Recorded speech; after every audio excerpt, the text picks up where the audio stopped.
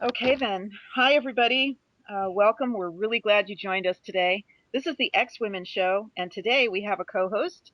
A lot of you know him. His name is Pete Griffiths from Ireland. He's a wonderful guy, quite witty, and very knowledgeable on the cult of Scientology. He's had his own experiences that he can share with us. And also today, we have as a guest, we have Chris Shelton, who was 17 years in the Sea Org. Actually, he got in when he was 17 and he was 17 years in the Sea Org. He was in for a very long time. He's here with us today to share some of his personal story. Welcome, you guys. I'm so glad you're here on the show today. Well, thank you. Hi, Colleen. Hi, Chris. Hello, Hi, Pete. Pete. Okay, Chris, I'm really glad you're here today.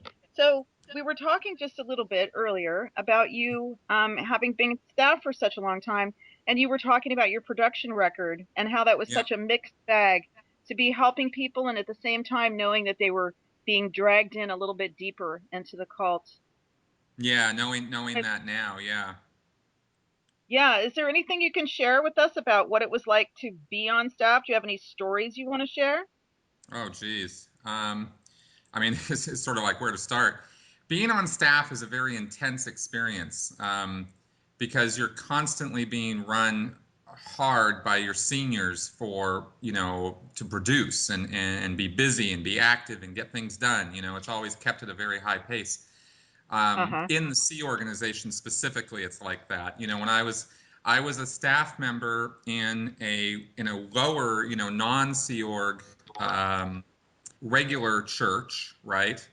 And there in Santa Barbara, in fact, for 8 years, and the pace there was not the same. I mean, it was pretty, a lot lower key, a lot less busy, a lot less public around. And in fact, that's one of the things that got me wanting to go into the C organization was I wanted to do more and I wanted to be a bigger part of the bigger picture. So Oh, then you get sure. into the C organization and it's like going from 0 to 80,000, like just suddenly, oh my God, you're never getting enough done fast enough ever, and your life Yeah. just goes into like a warp speed and and it never really calmed down for 17 years. Well, That's the, I'd love to ask you because you said that and you haven't even been able to share your specific story yet. But with you saying that, I wonder how long have you actually been out now? I've been out for a little over a year.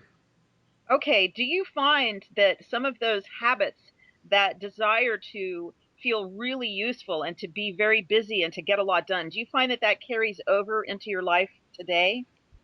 Yes, and in fact, it took me months and months to decompress is the best word to use, and break some of those habits because they're very bad Mm. habits.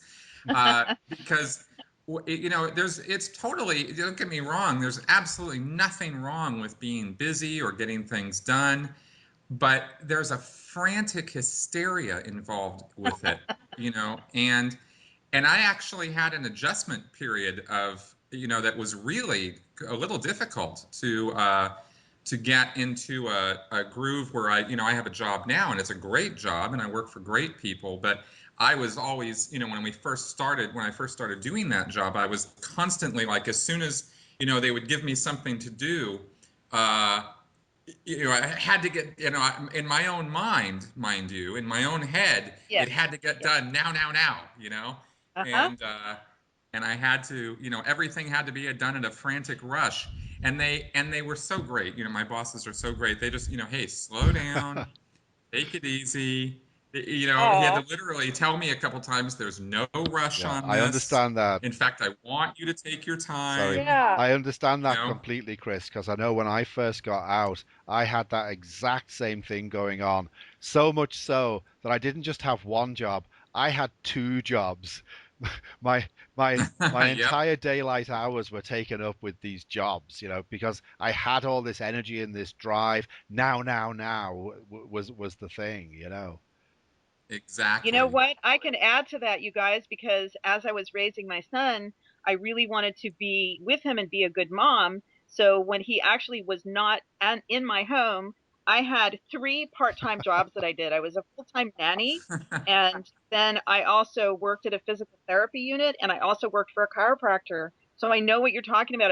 And actually today, okay, I've been out for 25 years, over 25 years. I still feel that coming up where I feel like I want to do more. I want to do it better. I'd like to be super productive. You know, like that thing of being superwoman. That's really Mm-hmm. never completely gone away for me. I find that I have to be gentle with myself. Have you found, both of you guys, that you've had to do a little bit of talking to yourself and going, it's Yeah. okay. I don't have to save the world I think today. I just need to. Oh, I think yeah. we've hit on probably the positive, the positive thing about Scientology is is that we're Well, not afraid of work. no, we're definitely Yeah. not. And I actually prided myself on my ability to do a good day's work and to get a lot Mm, done. Um, Yes. but boy, that franticness was very unwanted. And I'll tell you, a ramification or a consequence of that is that you tend to not you tend to do the minimal amount of work that needs to be done in order to get something finished in when Yeah. you're in that frame of mind. Yes. And because you're just trying desperately to get it done and get the Speed. statistic, you Yeah. know, Yeah. and so it actually, I'm sitting here looking at this right now and realizing that there's really serious quality control issues with that frame of mind. true. You know. Yes, and that's part of what I wanted to talk about was after we get out and we're readapting to regular life and want to do a good job in life, but I have found, and that's what I was asking before, is that I have found that I need to I back up a little bit and I get gentle with myself. And I was wondering if you guys do the same thing, if you back up and you go, all this doesn't have to be done right now. And actually, I'd love to sit over here and read part of this book and call a friend and enjoy go out and look at the view, enjoy life instead of feeling like it has to be completely crammed with production things. Do either of you have the similar feeling? Chris? Yes, absolutely. It has become it is really just, gosh, how do I put this? Yes, I'm just now getting used to that way of thinking and living. Let's put it that way. Like I said, it took me months to get out of that frantic frame of mind, and now I'm getting into the place where I can really relax and and really rest, Yeah. I I I and Yeah. totally really understand take that. it easy. Can I use somebody Yeah. else's experience with regard to that same thing? And John Dignan, the author of The Complex, mentions it in his book at some point, where he stands on a bridge in Cork City and smokes a Oh, cigarette. And yeah. just to actually stand there and smoke a cigarette was a luxury that he'd never had before. Just to Mm-hmm. go to Hmm. a takeaway and buy chips. He never had that. So all these little things that we take for granted, or people who are not in the Sea Org or even in Scientology take for granted, to be able to do them is certainly very, very freeing. I found certainly, and obviously John did because he shared it in his book there. So yeah. Well, and I can say, something else about that. In fact, is you know when you're in the Sea Org, it's Yeah. 24/7, and and again, just thinking about this now, I could never stop and take a break or take a rest without always knowing, always having to look over my shoulder and know that somebody could come at 2 in the morning or 4 in the morning or whenever, grab you from lunch, grab you from dinner, just come and wake you up because some urgent thing just had to get done right now and it couldn't Yeah. wait until Yeah. tomorrow. And it really after years of this, it really does create a frame of mind where you're never off duty. You're never That's able to right. relax fully, Your you light know? switch is always turned on, right? It's like the light switch is always on. It never gets turned off. That's the thing that I think of. It's like it's being on or it's being off and just relaxing and being in the moment. Mm, And that was one of the things that I found with all that franticness and the push for being really productive. The other thing I wanted to ask you about, Chris, is, and you also, Pete, is do you feel that that affected your levels of compassion for yourself and for other people? In other words, when you were pushing so hard to get so much done in as short a time as possible, and your switch was always on, did you feel like you were able to have as much warmth and compassion for yourself, A, and B, for other people? Well, no, no, I didn't have as much warmth and compassion for myself or for others because of the demand to get the product, right? Like, if you're a Scientologist staff member or a Sea Org member and you're working with somebody, um, who is a public person, right? In other words, a regular parishioner, or somebody who's not yet a Scientologist, and you want to make them a Scientologist, right? Yeah. You're thinking the entire time that you're dealing with that person, got to get it done, got to get it done, got to get it done, right? And there's this urgency to it. So in the back of your mind, you're always, half of your attention is always on, getting the thing done, right? Whatever it is you're trying to do. If you're trying to sell the book to the person, like, get the book sold now, right? Or if you're trying to get them to sign up for a service, it's like, come on, let's go. We got to move this. We got to get this thing done, right? And if it takes too long, you start getting attention on, is my senior going to call me and ask me where the thing, where's it at? Where has he signed up yet? Is he paid yet? Where's it at? What's going Where's on? And you have to report, what's going on if it takes a while to get something done, Yeah. and Yeah, so uh, that would and, be and so the that would be compassion, the caring factor, like, you have to be, in order to rise above that pressure and above that intense, product demand, you have to have a pretty good head on your shoulders. And mm, there were certainly times where I was able to do that, but there were just as many times where I wasn't able to do it. Um, and so you're talking to the person, let's say, for example, and you lose track of the conversation because your head's off in, in some other place, waiting for your senior starts calling or texting you. Oh my God. Once texting came out, oh boy. you know, here's half of the, you're sitting there trying to have this compassionate, caring uh, conversation with this person. You're trying to get them to spill their secrets to you and tell you what's going on with their loved ones or their kids or whatever their worries or upsets are. And yet you're sitting there getting beeped like every 5 minutes, is he paid yet? Is he paid yet? Is he paid yet? Yeah. And this was routine. I mean, this constantly went on. oh, wow. So yeah, it definitely took away from your ability to just sit there and easily and quietly converse with Yeah, that's a somebody. great question, Colleen, as well, because it certainly Yeah. got me thinking as well. Because I would totally agree with you there, Chris. I would have compassion for the person as long as they were assisting me to get that product. And once Exactly. once I That's right. got the product, any feelings for that person, to hell with them, move on to the next one, you know? It's like, That's right. Uh-huh. so it's That's not So it right. even real becomes feeling. about the actual it becomes the product, the thing that you're getting to achieve rather than having anything to do with the human being in front of you and caring about them. Really, it's about getting that product. So whilst it's like there's always something whilst telling in yourself between that you you and the care. person. Yeah. Yes. Oh, I care Exactly. so much about you. Yes.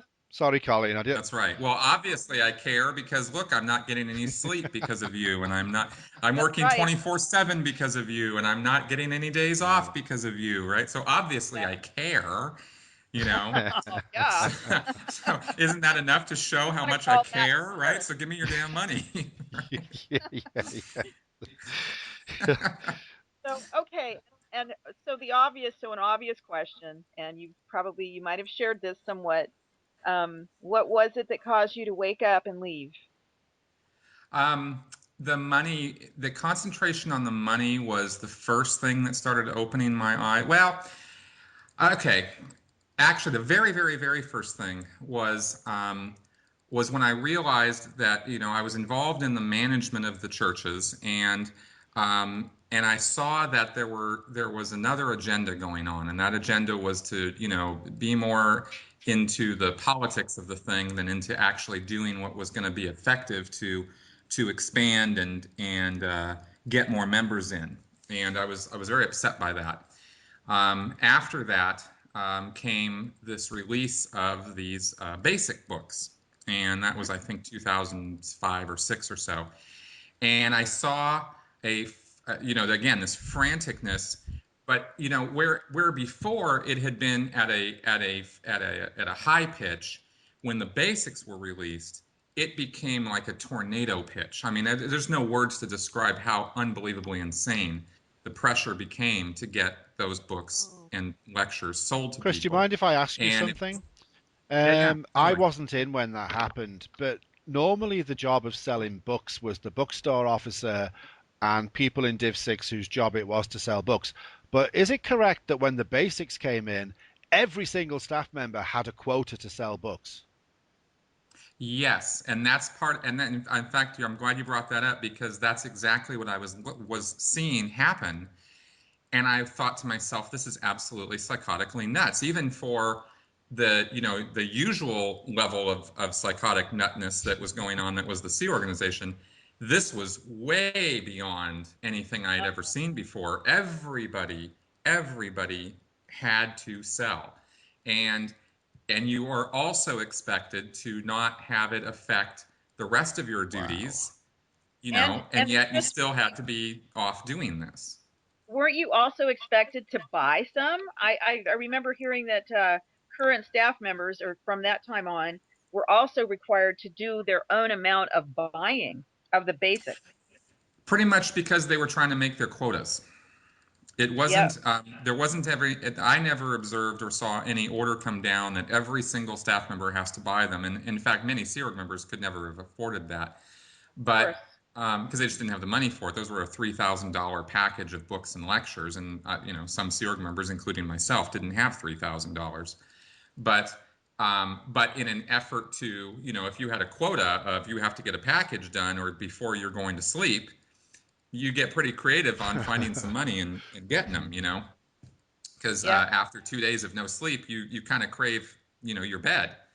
So, and this went on for months and months. I mean, it wasn't like this went on for like a week or two. This was carried on for months, where the staff members were in this place called the call center, which was like a call-in call center space, and they were up until 3, 4, 5 in the morning every day for Wow. Who were months. you calling, Chris, may I ask? So, Who were what's you that? actually calling? Okay, now the thing is, I actually was not doing this. I watched this happen but who they were calling was Australia, Hawaii, From China. Central You know, Files? like Was this from Central Files or yeah, I'm this was in Los Angeles in the at the Pacific base at the PAC base, which was where I worked in Los Angeles. Uh-huh. They had this call center set up, and all the staff rotated through there, 2.5 to 3 hours a day of work, and then the night shift when this was initially going on, and and people were in there just the room was open 24/7 selling basics. wow. And so, So when it got and past 11 o'clock or 12 o'clock and you couldn't call the people in Los Angeles anymore without, really, really upsetting them, then you move yeah, to a different time zone. gotcha. Well, and about all that, you talked about not sleeping enough for a long time. How Yeah. long, when you were on staff, do you think that you did not, that you had sleep deprivation? What Oh, period of oh, that? that went on for months, and see, my wife at the time was involved in that directly. She was doing that for months, and she told me all about that. I happened when the basics first came out. I was actually, and there's a whole nother subject, we don't have to get into this right now, but I was on the RPF. Oh, okay. Why don't you So I explain for our listeners what the RPF is? Sorry, the Rehabilitation Project Force, and it's basically the basic way to explain it is it's kind of like the Sea Organization's prison detail. I Right. had I had been a bad boy, and I was doing this correction You? program, very heavy What did you discipline. do, Chris, to get Uh, there? Come on, tell us. Yeah. What did you do? that will be Did you another not? story, Pete. Okay. But Right. I had been a bad boy in the eyes of the church, and so I was being punished and corrected. And so we saw this going on with the basics, and we just, we were like, wow, even for the Sea Org, this is pretty intense. And then when I finished BRPF, I did graduate it, and this was still kind of going on. And my wife then, who I reconnected with, because I wasn't with her when I was on the RPF, she told me all about this, right? And it was just grueling. And I was trying to get her to do something to get more sleep and get her body taken care of. And she just, no, nothing can be done. We just have to keep doing this. And it was pretty crazy. Mm. It was pretty So, crazy. any romance? Did you guys get to go on any dates? Did you have any time alone where you got to light a candle and gaze into each other's eyes and just spend some wonderful time together?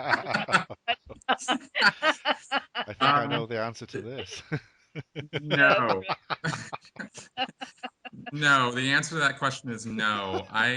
When I got married, we had 2 or 3 days off, and I think we had another weekend off a few years later, and that was pretty much about it as far as my time off, vacation time in the Sea Org goes. I really didn't. I never went on really, any vacations or extended yeah. times off. Well, and a lot of people might not know that when you're in the Sea Org, you really don't get time off. The only time you get off might be a half a day at the very most, and you still have to do your laundry and clean up your place and take care of yourself, right? Get your hair Yeah, cut, whatever. exactly. According to the line is that according to the policies of Hubbard, if your production is up, if you've been a good chicken and you've been producing, then every other week you're supposed to have a day off. It's called liberties. You're supposed to have libs, right? Liberties, Uh-huh. and and that's supposed to happen every 2 weeks. Like every other Sunday you would get off, right? Well, sure, unless your senior doesn't want you to, or there's some emergency, or there's some, flap, or there's some problem, or you Or the can't get sky is somebody to cover blue. your job, or whatever. There's an Yeah, endless sky's number blue of today. reasons. Yeah, the sky is Yes. today, so you don't get your libs. You got to Yeah, just the, go back. the Mercury is in retrograde, so you don't get your libs. That's right. Yeah, stuff like that. So I did not take lots and lots of time off for a panoply of reasons, but my experience was not unusual. That was most people. Yeah. Got you. Yeah. Yeah. Okay. And so please share a little bit about what it's like for you to be out now. What is your Oh life my like? God. It is so wonderful.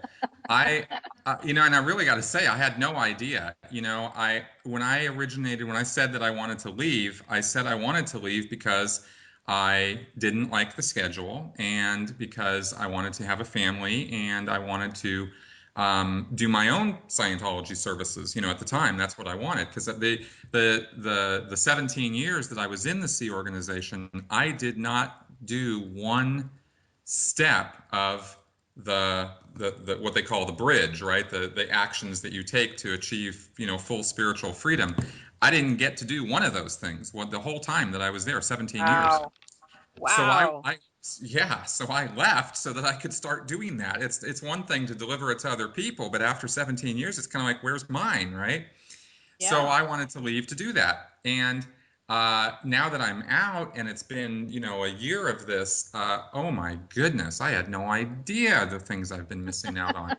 I'm not talking about just like going out to, a movie or going out to dinner. I mean, just the biggest thing was actually that decompression and coming out of that pressure cooker mentality.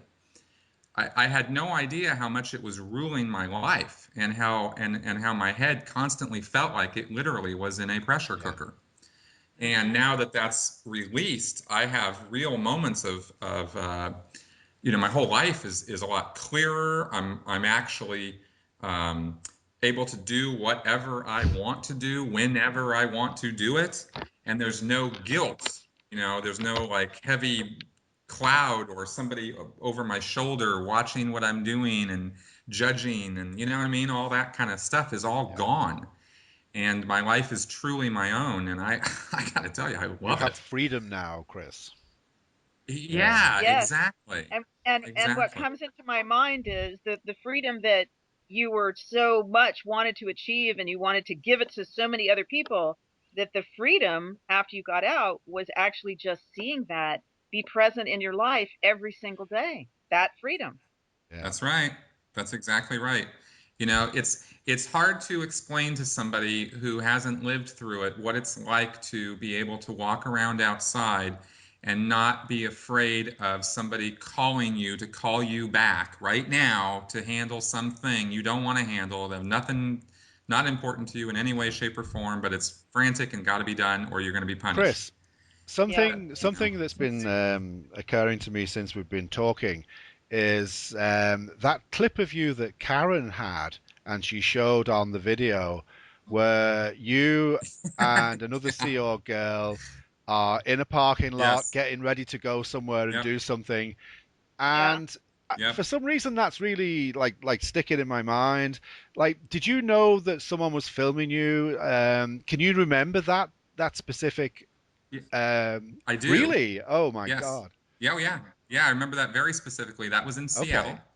And in fact, we were being filmed by some protesters there. I did not know that we were being videoed. I knew that there were some pictures being Uh-huh. taken, but the thing at that time was just ignore them, right? Just ignore them. So we just ignored them. That's why you don't see me looking over You towards the did that camera. very well. And yeah, Yeah, you that's did. right. Markedly ignore them, right?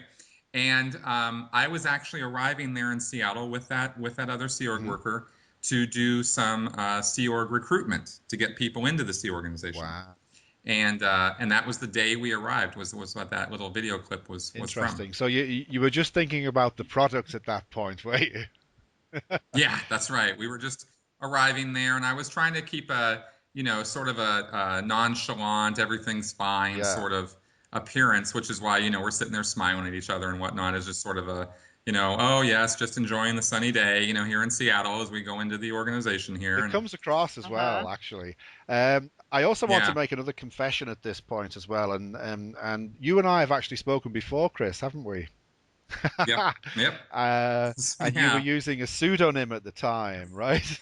yes, yeah. I was posting as Galactic Da da Patrol. da. Uh, that's right. Da, da, da.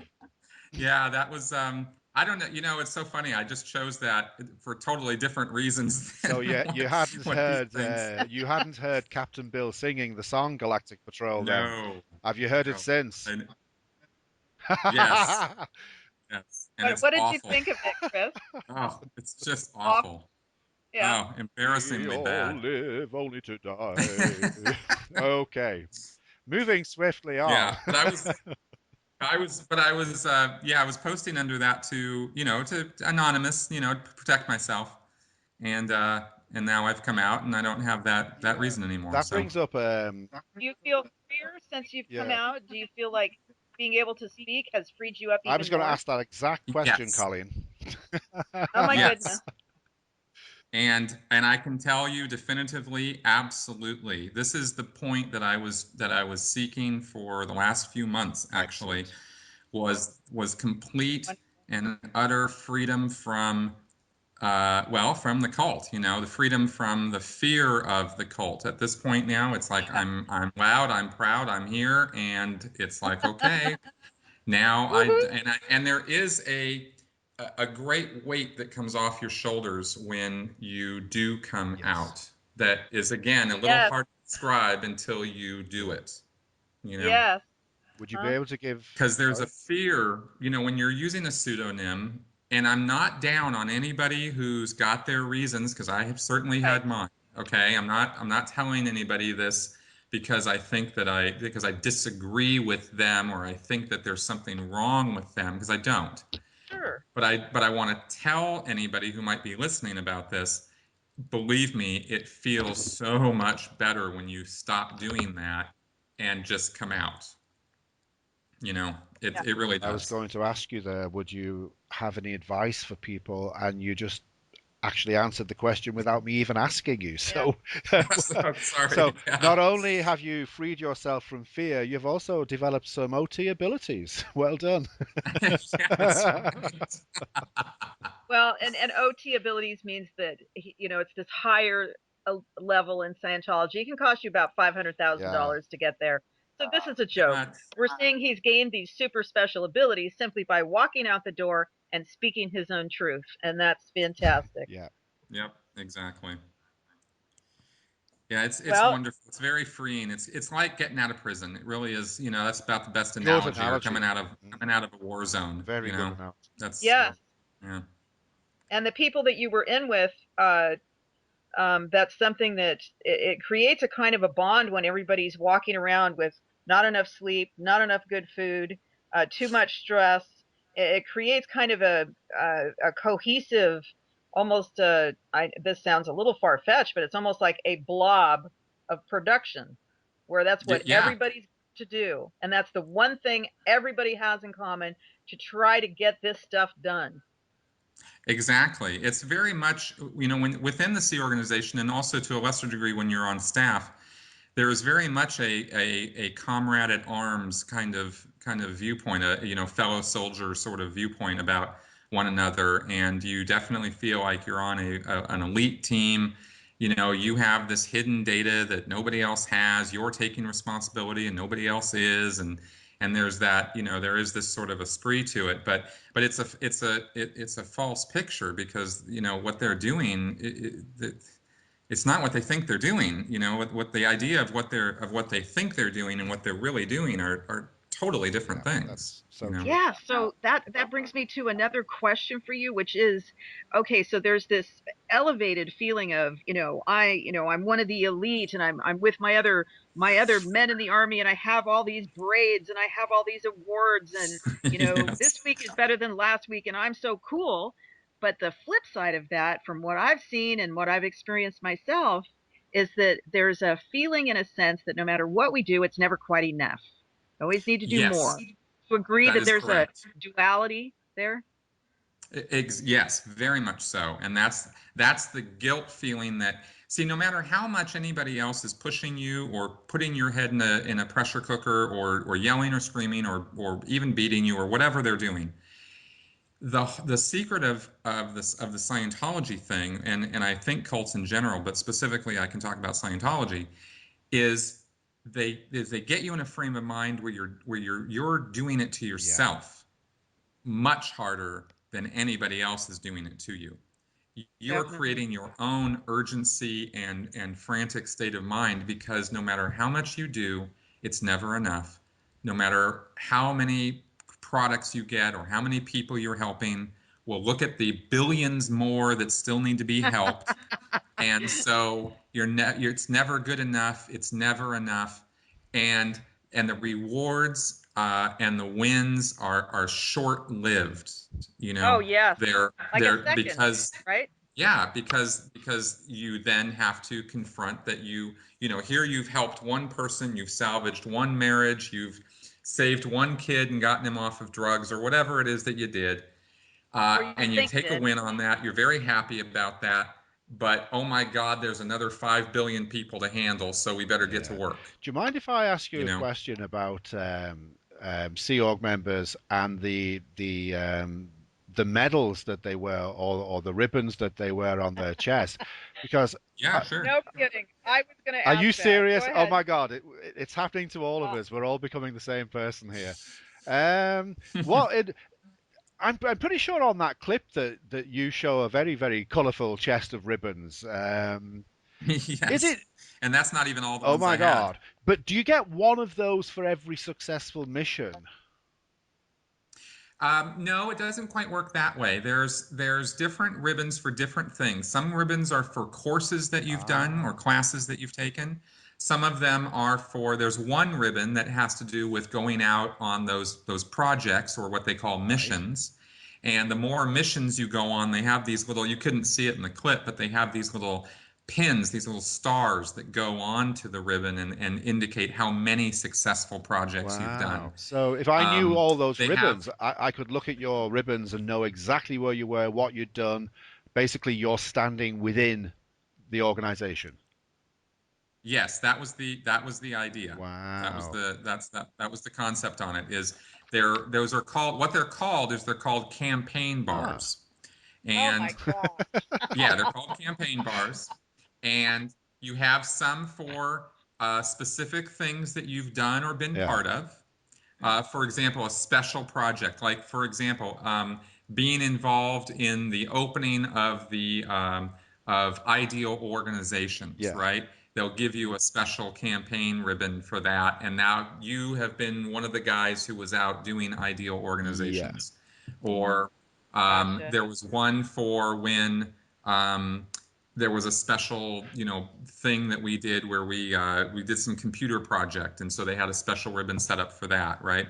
Or courses that you've taken, or stuff like that. Okay. It was just supposed to So be I some kind of so I have a validation. question. So I have a question Is for it you the same now. one as How do mine? you Yep. feel about all those ribbons? How do you feel about all those ribbons and things now? All those buttons and everything. How do you feel about that now? Well, it's just pomp and circumstance. I mean, I don't care. I had well, I'll tell you exactly how I feel about it. I earned a Mhm. throwing dirk very early on in my Sea Org career because I had a very successful What would mission. you use that What's a Um, for? dirk? You said a dirk? no, no, it was just, yeah, it was a dirk, and it was something that I would wear on special No days, way. right? No, I did, and I was very proud of that because I was, in fact, one of, I don't know, maybe in my entire Sea Org career, I think I met like two other people who ever had one. Wow. Um, Really? so it was quite a thing for me. And the day that I left and I moved out here and I was packing my stuff, I threw it away. Oh, I wow. mean, what am I going to do with that? Wow. It was like a letter opening. So, I mean, that's Yeah, pretty much what it would have been good for at this point. that's right. That's So that's pretty much what they mean to me. I didn't keep any of that stuff. Hmm. There was no sense of working for the ribbon then, and putting up with all the hardship because you knew there was going to be a ribbon at the end of that. Sometimes you might think about it, but not Okay, really. okay. No, I wasn't really working for that. No. yeah. But I like Well, showing them off. Once a year they have a special day in the Sea organization called Sea Org Yeah, Day, yeah. and they have a ceremony and they reward people with those campaign Yeah. bars and with the Throw dirks and dirks at things each like that. other and yeah, yeah. That's and I was it was nice to be acknowledged for things that you did, but in the end it doesn't really mean Did you get any anything. food and Um, drink on Sea Org and Day? yeah, yeah, yeah. We ate. That was actually a day when we ate pretty well. no beans and rice on that day, eh? No, no beans and rice on Sea Org Oh Day. my. Yeah, but we And now, did. But oh, go oddly ahead. enough, though, over the years, just to comment on that real fast, Sea Org Day, when I first went into the Sea Organization in 1995, was a full day off. And it was, there was games and activities, and actually it was kind of fun stuff. We went to the beach and stuff. Wow. And over the years, it degraded down to half a day off if you're lucky. Oh And my that's goodness. that's what it is now, Wow. right? Is they're lucky to get half a day off on that. And it's pretty sad. It's pretty sad. It is pretty sad. And now you're working probably 5 days a week and you get the weekend off and all that kind of good stuff. Oh my God, it's amazing. I have like so much time on my hands, and I have no problem filling it up. But wow, it's all mine. It's It's all great. yours, honey. Yeah, Yeah. it's all yours. The world Oh is yeah, your oyster now. exactly. And I've been pursuing things I dropped for years. I'm writing again. Just the simple things. I play pool. I'm in a pool league. I love it. Stuff like that. I'm just living Uh, life and I'm enjoying it. I'm glad to hear that, Chris. I really am. Me too. Me too, Chris. I'm Yeah, very happy for you, and I'm so glad that you were here with us today, and we got to share with you a little bit. I'm sure that we'll have you on again. Definitely. It was a real pleasure. Thank you so oh much great. for sharing so many of the things that you did today. And Thank you Pete, very much for having thank me. you. Yeah, sure. And Pete, thank you for doing this with me. It was really fun as Not at all, usual. And Colleen. we think, I'm going to get Chris on my own one of these days again. sure. And of course, More than happy, Pete. yeah, glad to hear it. Please don't bring your Dirk. Um, Yeah, leave your Dirk at yeah, home. yeah. Right. Okay, you Thanks, guys. It's been guys. really Really great. great chatting. Talk to Yeah, you soon. absolutely wonderful. Bye bye.